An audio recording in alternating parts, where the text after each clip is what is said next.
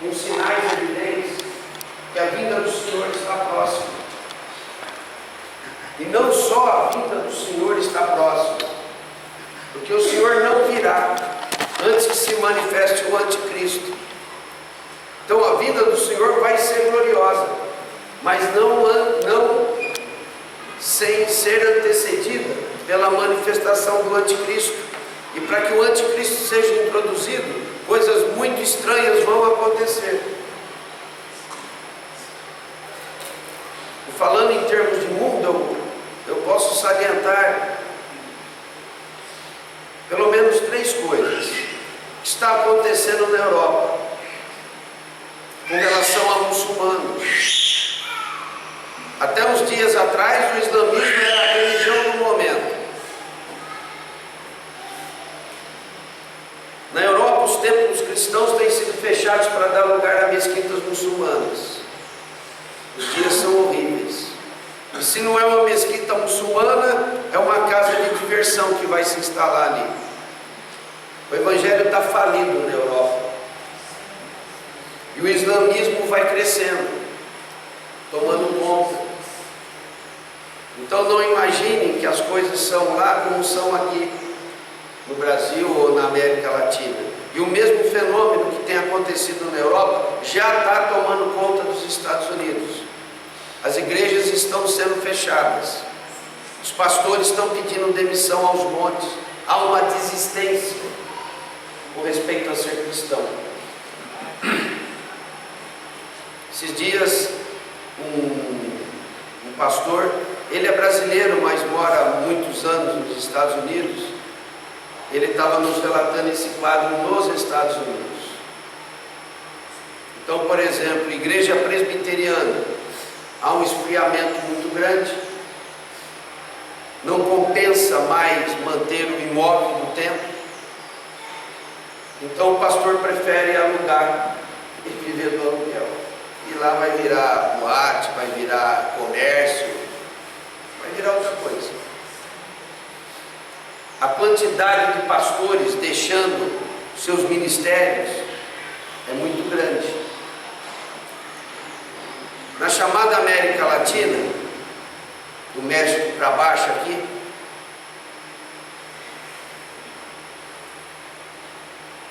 o terceiro mundo, né? Estados Unidos e Canadá é primeiro mundo. Então, para baixo, México, América Central e América do Sul é terceiro mundo. Aqui nós vivemos uma situação diferente. O evangelho tem crescido muito, mas com esses sintomas, as pessoas não têm o impacto da conversão. Coisas dos últimos tempos.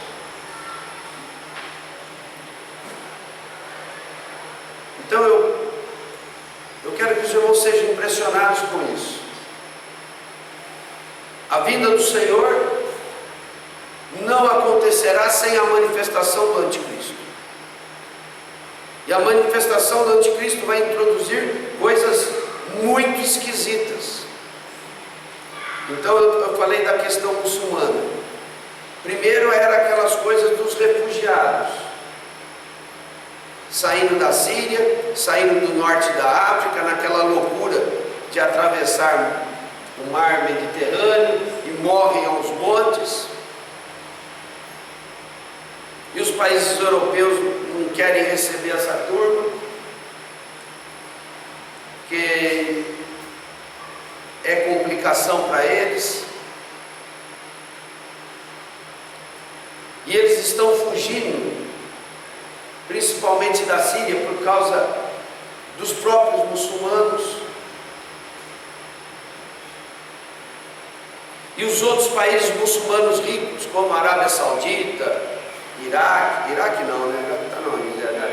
Irã, né? Os outros países não querem nem saber desses muçulmanos.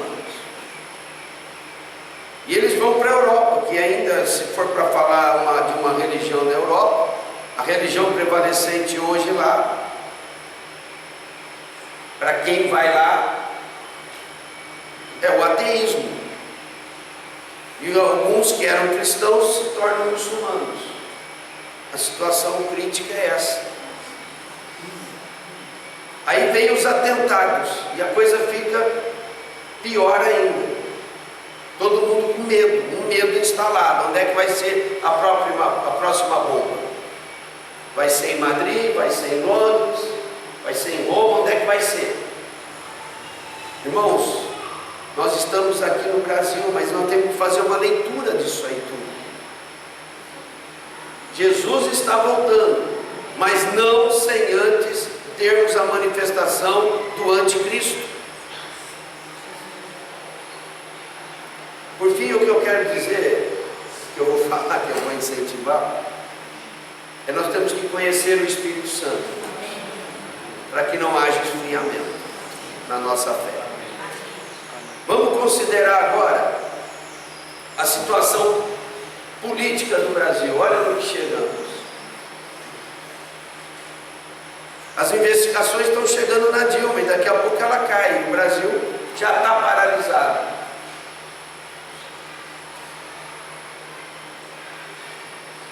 Não fosse esse mar de corrupção, ainda aconteceu esse desastre da barragem da mineradora que rompeu. Os irmãos estão considerando isso ou só estão vendo isso como notícia? Isso é uma notícia do fim dos tempos, irmãos? Puxa, isso tem que nos impressionar. A princípio parecia uma coisa que teria algum controle, mas a coisa fugiu do controle. E um rio muito importante no norte de Minas, o Rio Doce, foi acabado. Num rompimento de barragem, em uma semana, um rio deixa de existir. Se tudo correr muito bem, daqui a 30 anos, recupera alguma coisa. Isso é inédito, irmãos, não só no Brasil. É incrível. No começo, o jornal que eu assisto é o Jornal Hoje, que é na hora do almoço. Eles diziam assim: o maior desastre de Minas Gerais. Que Minas Gerais? Isso é o maior desastre do Brasil, da América do Sul, do mundo. Pô, essa turma não...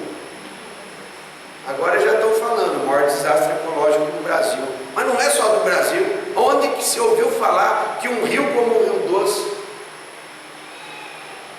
deixou de existir do dia para a noite? Então, quando Apocalipse fala das águas serem feridas, irmãos, os sinais estão aí. As coisas vão acontecer. E o Senhor já está dando pequenas amostras de como podem acontecer.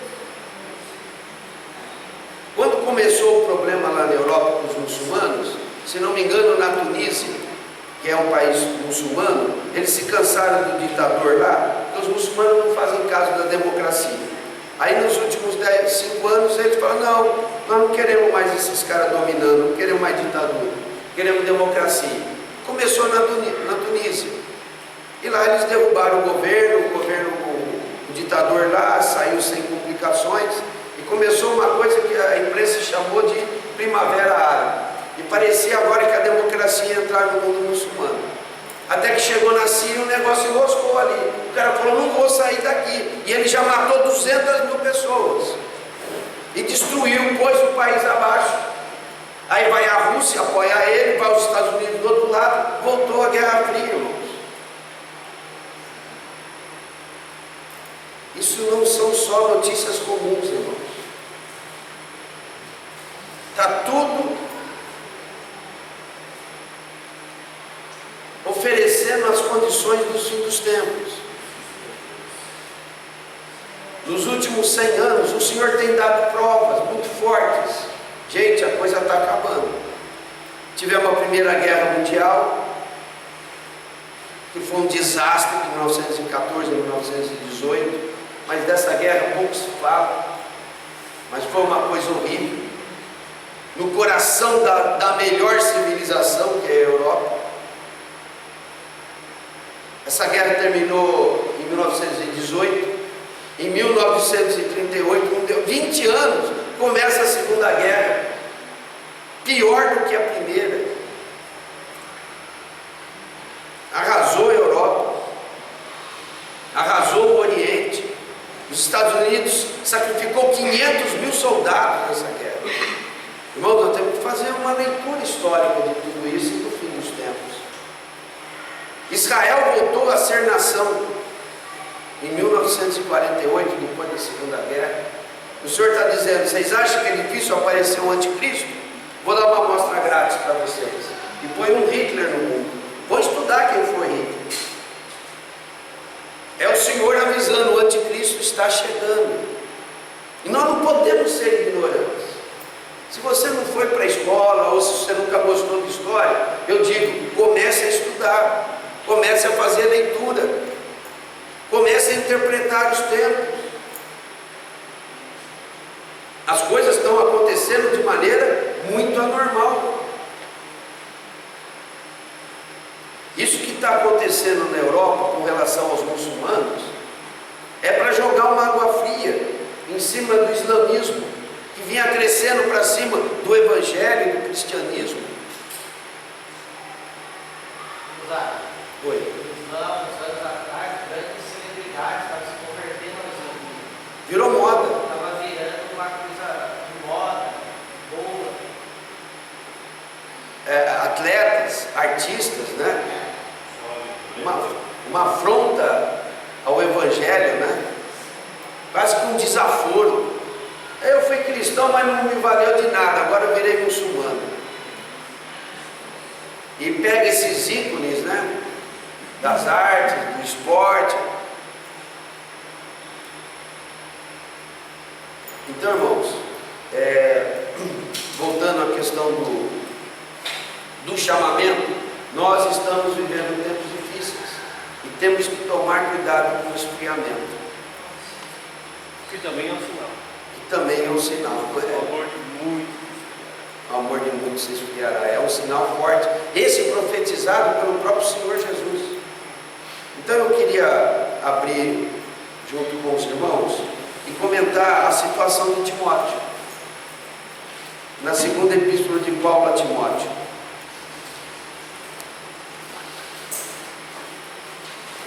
Segunda epístola de Paulo a Timóteo, capítulo 1. O Timóteo é o que nós podemos chamar do que o Josiano falou ontem a respeito do jovem rico. Menino bom.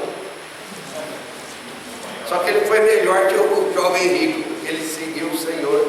Mas aqui o menino bom, tadinho, ele está derrubadinho. Senhor querido. E Paulo faz um misto de consolo e exortação. Ô Timóteo, não fica aí. Levanta já. Ô Timóteo, coisa não é fácil mesmo. Vai, rapaz, mexe, sai do lugar. Falou, Paulo, você quer consolar o quê? Bate a sopra. Meu irmão, vamos deixar o senhor bater e assoprar. É gozado, eu falo, pô, você está sendo duro com o menino ainda dá para baixo, isso ainda. Deus é sábio, meus irmãos. Então ele faz uma lembrança. Eu vou ler do versículo 1 até o 14, os irmãos acompanhem aí. Capítulo 1 da segunda epístola a Timóteo. Lembrem que essa é uma carta que não é à igreja, é uma carta pessoal, tá? É uma carta pessoal, é para o Timóteo mesmo. Paulo, apóstolo de Cristo Jesus, pela vontade de Deus, de conformidade com a promessa da vida que está em Cristo Jesus. Ao amado filho Timóteo, graça, misericórdia e paz. Normalmente ele fala graça e paz. Aqui ele acrescentou misericórdia. Irmão, nós estamos em tempo, não é só de graça e paz, não. Né? Então os que gostam de saudar com graça e paz, considerem diante do Senhor acrescentar misericórdia. Irmãos, o Josiano começou assim ontem, né? Graça e paz. Considera aí se não vai bem uma misericórdiazinha também. Temperando a graça e a paz, porque os tempos são difíceis. Ao amado filho Timóteo, graça, misericórdia e paz da parte de Deus Pai e de Cristo Jesus, nosso Senhor. Dou graças a Deus, a quem desde os meus antepassados sirvo com consciência pura. Isso é um testemunho de Paulo. Seus antepassados foram pessoas que serviram fielmente ao Senhor, com consciência pura, porque sem cessar me lembro de ti nas minhas orações noite e dia. Lembrado das tuas lágrimas, estou ansioso por ver-te, para que eu transborde de alegria. Paulo está ansioso por ver Timóteo, porque ele lembra das lágrimas de Timóteo. Essas lágrimas de Timóteo, eu não sei se são as da conversão, as dos bons momentos, ou se são as lágrimas do tempo dessa carta, lágrimas de abatimento, não sei dizer.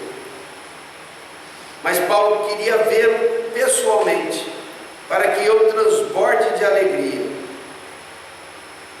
pela recordação que guardo de tua fé, sem fingimento, a mesma que primeiramente habitou em tua avó Loide e em tua mãe Eunice, e eu estou certo de que também em ti. Então no versículo 3, Paulo diz que ele próprio, Paulo, ele serve desde os seus antepassados ao Senhor. E ele está se identificando aqui com Timóteo, que também desde os seus antepassados, a avó, a mãe e ele tem a fé no Senhor. Então ele está falando de uma família, de uma linhagem de pessoas que servem ao Senhor fielmente. Paulo e Timóteo, eles têm histórias passadas de pessoas que serviram ao Senhor na linha familiar. E no 6 então ele diz: por esta razão, em razão da fé que já vem de berço para você, Timóteo, por esta razão te admoesto, que reavives o dom de Deus. Nessa nossa tradução está faltando uma palavra, a palavra fogo. Alguém tem alguma tradução que tem a palavra fogo aí? Acho que a revista corrigida tem a palavra fogo. Então ficaria assim: por esta razão te admoesto, que reavives o fogo do dom de Deus que há em ti, pela imposição das minhas mãos, porque Deus não nos tem dado espírito de covardia, mas de poder, de amor e de moderação. Vamos dar uma paradinha aqui. Então ele está dizendo: Timóteo, eu te admoesto. A demonstração é uma exortação leve, não é chegar ao rei, né? É um tipo assim, te apruma aí, mas não chega a dar uma cintada. Olha, estou avisando. Uma demonstração é se toca aí, vai, guarda. Mas é claro, Paulo está fazendo isso em amor, mas é uma demonstração. Te admoesto, que reavives o fogo do dom de Deus que há em ti, pela imposição das minhas mãos. Então aqui ele fala de um dom que Timóteo recebeu para o serviço espiritual. Timóteo era um cooperador de Paulo, era jovem, muito jovem, mas Paulo confiou nele e o colocou como um cooperador. Na primeira epístola, Paulo manda Timóteo a estar em Éfeso para ajudar os irmãos lá. Então ele, como um jovem, foi lá para representar Paulo e colocar algumas coisas em ordem lá. Talvez pela circunstância que ele encontrou, pelas resistências que ele encontrou entre os irmãos, ele esfriou. Então, ele recebeu do Senhor um dom que veio pela imposição de mãos de Paulo. Paulo impôs as mãos sobre ele e ungiu, claro, da parte do Espírito do Senhor, com um dom para o serviço espiritual, um dom de cooperador, um representante mesmo de Paulo, para a edificação das igrejas. Então esse é o dom específico, era o serviço específico de Timóteo. Então ele diz: reaviva o fogo do dom de Deus que há em ti, porque aquele fogo tinha se apagado, ou se não tinha se apagado, virou uma chaminha. Então sabe aquela situação do carvão que precisa ser ventilado, que precisa ser abanado, soprado, para que a brasa volte a produzir chama? Então é essa figura que Paulo está usando. Reavivar é no sentido de abanar o fogo, abana o fogo, né? Se possível, coloca tem aquela técnica do secador de cabelo, né? Que é bom, né? Tem um manualzinho que vem em lugares que tem produto para churrasco, né? Tem um assim que você vira a manivela, né? Gera um vento ali, é isso aí. Fogo no carvão, quer dizer, vento no carvão, para que o fogo reavive. Agora, vamos prestar atenção no versículo 7. Porque Deus não tem nos dado espírito de covardia, mas de poder, de amor e de moderação. Então, irmãos, esse reavivar, esse soprar, esse ventilar, não é algo que nós nos encontramos em nós mesmos. Não é algo que depende de um ânimo próprio. Hoje nós vivemos a era da autoajuda, né? A era da autoajuda. Então, vocês já ouviram falar na tal da preleção? Então o técnico pega um time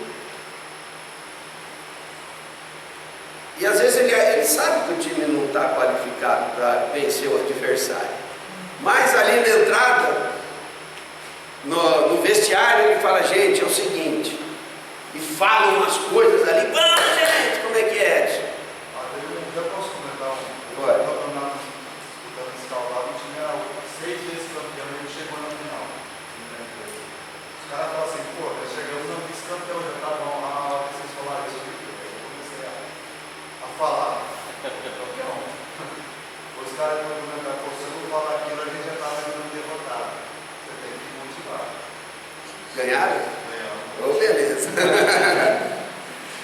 Então,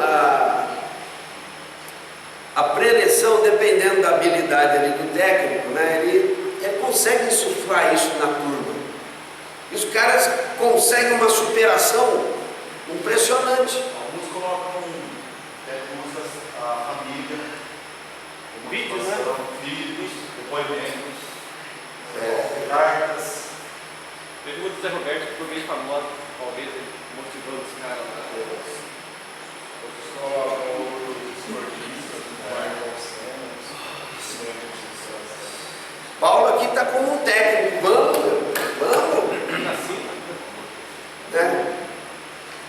Eu já ouvi umas histórias do time, no caso do futebol, né? O time pro vestiário perdendo de 3-0. E o técnico: vamos virar. Vamos virar, gente, não tem nada acabado não. Eles fizeram 3, a gente faz 4. E é mais difícil porque o moral já está batido, né? E dá a virada. Então, irmãos, Paulo está dizendo: vai, anima. Mas Paulo também não está contando com o seu poder de persuasão.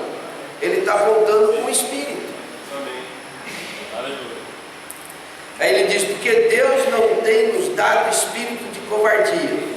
Aqui na nossa tradução revista e atualizada, espírito está com letra minúscula. E vocês sabem, né, a palavra espírito, ela pode, ao sabor do tradutor, a palavra espírito pode aparecer com letra minúscula ou maiúscula. Se fosse eu aqui,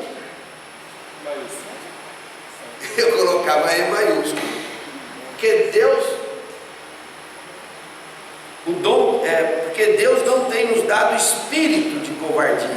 Ou seja, o Espírito Santo não é covarde, mas é de poder, de amor e de moderação. Moderação é equilíbrio, sobriedade, aquela pessoa que não se abala com a circunstância, sabe fazer, como eu estou dizendo, uma leitura correta, adequada das coisas. Então o Senhor tem nos dado um Espírito, que é o Espírito Santo, que não é de covardia, não é para nós nos acovardarmos, mas é de poder, de amor e de sobriedade, equilíbrio, domínio próprio, sensatez. Eu vejo e sei o que está acontecendo. O que está acontecendo? O mundo está acabando. Só isso. Jesus está chegando, mas ele não vem antes do anticristo. A coisa vai ficar preta. Aleluia, Jesus está voltando. Mas a coisa vai ficar preta. Mas aleluia, Jesus está voltando. É um equilíbrio. É um equilíbrio. Vai ficar muito ruim. Aleluia. Quem sabe eu seja martirizado, mas aleluia, Jesus está voltando. Vai dar tudo certo. Mas eu não quero ficar velhinha. Eu não quero morrer. Não, calma, filha, tem salvação. A criança não tem domínio próprio. Ela só vê o mal imediato. Mas o adulto, o que amadurece, ele ganha moderação, equilíbrio, domínio próprio, sensatez, está tudo bem. Olha aqui, ó, um exemplo notável. Na própria epístola, essa aqui é uma das últimas epístolas de Paulo, se não for a última. No capítulo 4, versículos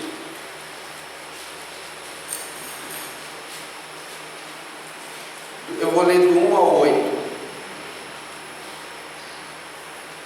Ele está aqui fazendo o trabalho dele de animar Timóteo, porque o chamamento que ele recebeu esfriou. É sério, né, José?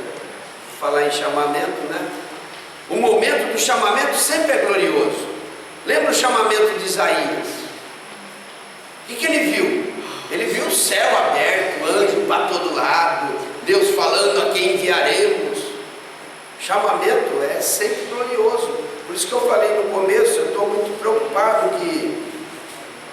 como que nós vamos lidar com isso. As pessoas vêm para a igreja, recebem o evangelho, ficam na igreja, mas aquela experiência impactante de conversão não tem se ouvido mais tantos relatos disso. Hoje, de madrugada, estava assistindo o programa do Paulo Miller, e as pessoas, muitas, diziam assim: o Deus dessa obra me fez milagre, o Deus do Senhor me salvou. Mas eles falavam sempre, eu achei interessante isso. O Deus dele, do pregador. O seu Deus me curou. Está estranha a coisa. Então, irmãos, nós precisamos pedir. Então, os irmãos não se cansem de me ouvir falar. Nós precisamos do Espírito Santo.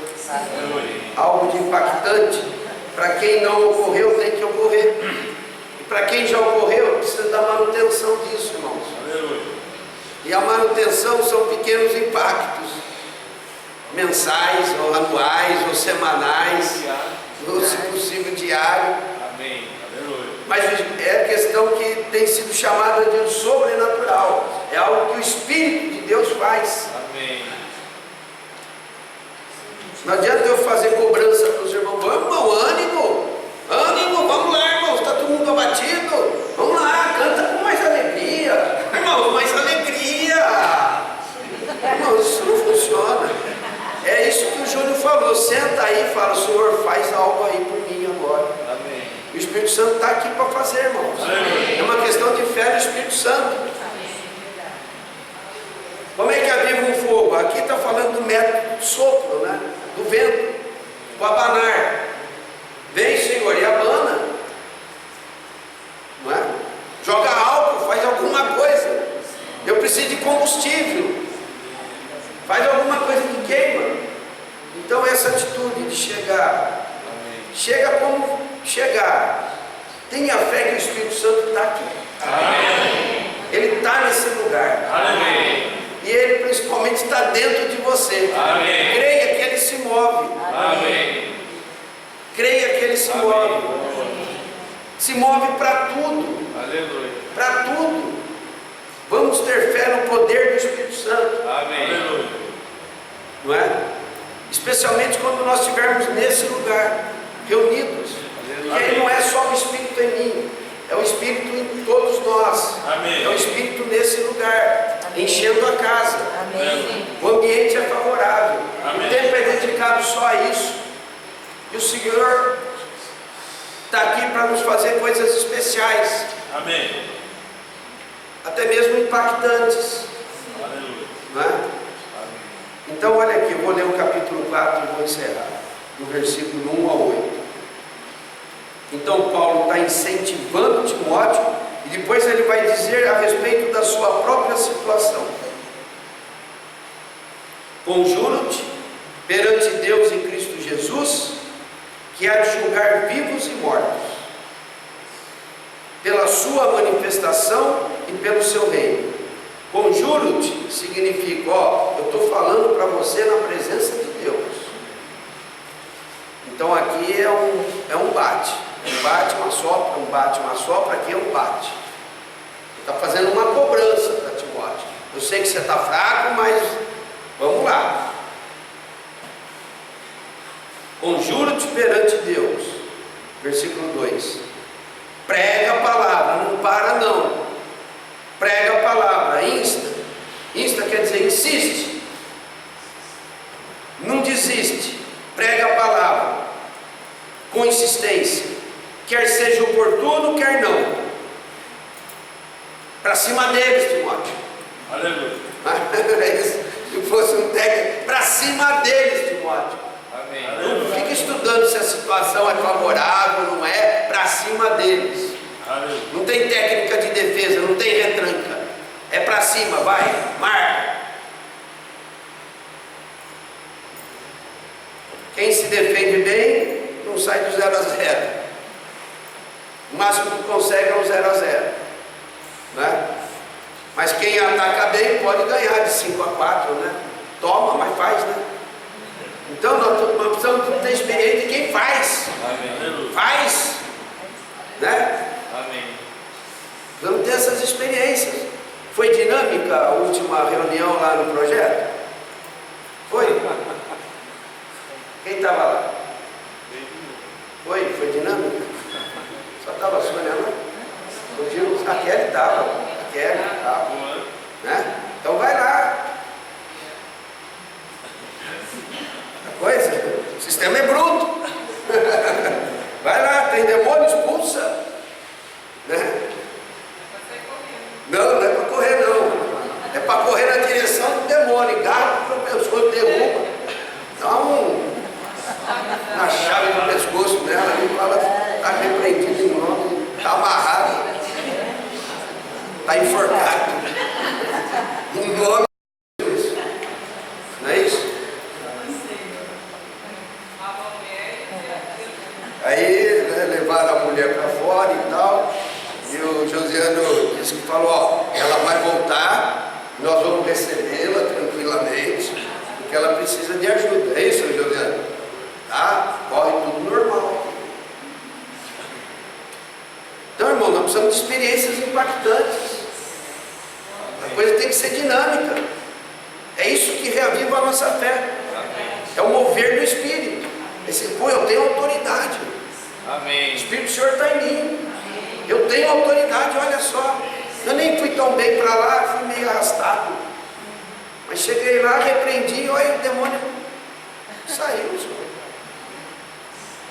Amém. Precisamos de experiências. Então ele está dizendo para Timóteo: prega a palavra, Amém. prega com insistência, quer seja oportuno, quer não, corrige, repreende, exorta com toda a longanimidade e doutrina, mas também vai com paciência também, né, Timóteo? Com longanimidade e doutrina, mas não deixa de fazer, pois haverá tempo que não suportarão essa doutrina. Pelo contrário, secar-se-ão de mestres segundo as suas próprias cobiças, como sentindo coceira nos ouvidos, e se recusarão a dar ouvidos à verdade, entregando-se a fábulas. Tu, porém, se sóbrio em todas essas coisas. A coisa é difícil mesmo, Timóteo. O ambiente é hostil à nossa fé, mas seja sóbrio, não perca a sobriedade. Saiba que é assim mesmo, mas que Deus tem nos dado um espírito de poder, de amor e de sobriedade. A confiança está toda ela posta no espírito.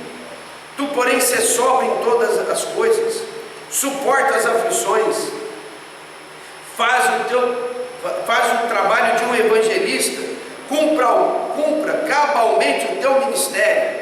Esse é o dom que ele recebeu pela imposição das mãos de Paulo. E o que ele tem para levar adiante? O espírito de poder, de amor e de moderação. O Espírito Santo, ele se move em nós. E agora nós temos Paulo falando da sua situação. Quanto a mim, estou sendo já oferecido por libação. Vai, Timóteo, que agora é com você, porque eu estou indo. O tempo da minha partida é chegado. Pouco tempo depois, talvez algumas semanas ou poucos meses, ele é decapitado.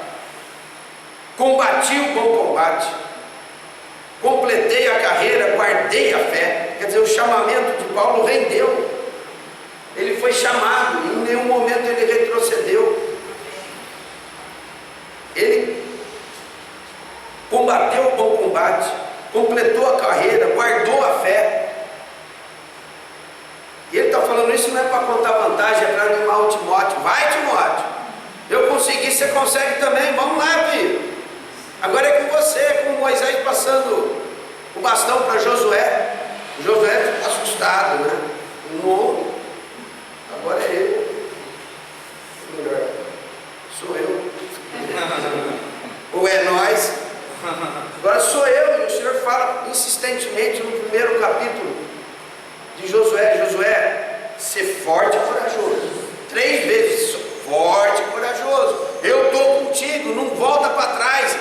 Onde você colocar a planta do teu pé, você vence e o povo vai atrás de você. Versículo 8. Considera que ele está querendo animar Timóteo. É uma carta para Timóteo. Já agora a coroa da justiça me está guardada. Eu já fiz minha parte, agora é com você, Timóteo. E essa coroa da justiça, o Senhor, reto juiz, me dará naquele dia. E não somente a mim, mas também a todos quanto amam a sua vida. Então vai, Timóteo, ela é para mim e é para você. E é claro, essa promessa se estende a todos nós. Amém. Amém? Então, irmãos, vamos aprender a nos reanimar no Senhor. Confia no Espírito do Senhor. Amém. Só peça: Senhor, se move no meu coração. Amém. Faz desse tempo aqui, das reuniões, um tempo bom, em que o Senhor me visita. Aleluia. Que essa reunião seja boa para mim e para ti, Senhor. Esses dias a Sônia mostrou uma frase do Spurgeon, foi do Spurgeon, aquele da reunião. Falou: não fique só esperando que a reunião seja boa para você. Não peça só para o Senhor te dar uma boa reunião. Se preocupe também em oferecer para o Senhor uma boa reunião. Amém. E o que é oferecer para o Senhor uma boa reunião? não é montarmos aqui um coral maravilhoso e uma banda bem treinada e um monte de gente para fazer belas pregações, não, irmãos. Gostou, Senhor? Você viu o coral, Senhor? Eu vou resolver rápido, mas eu não queria que certo. Não, irmãos, uma boa reunião do Senhor é como Paulo ensina: eu me gloriarei nas minhas fraquezas, para que sobre mim repouse o poder de Cristo. Vem aqui, apresenta a sua fraqueza, se abre ao Senhor, e o Senhor vai descer com o seu poder. Aleluia. Qual que é a sua? Ah, o Nicodemos. Não vai mesmo esperando que o culto te agrade. Vá e ofereça um culto agradável. Amém. Aleluia. Amém, irmãos. É isso. Aleluia. Não vamos ficar pelo caminho. Amém. Deus não tem nos dado espírito de covardia, Amém. mas de poder, amor e sobriedade. Amém. Para que o chamamento glorioso que Ele nos fez Amém. não fique pela metade. Aleluia. Possamos dizer como Paulo: combati o bom combate, completei a carreira,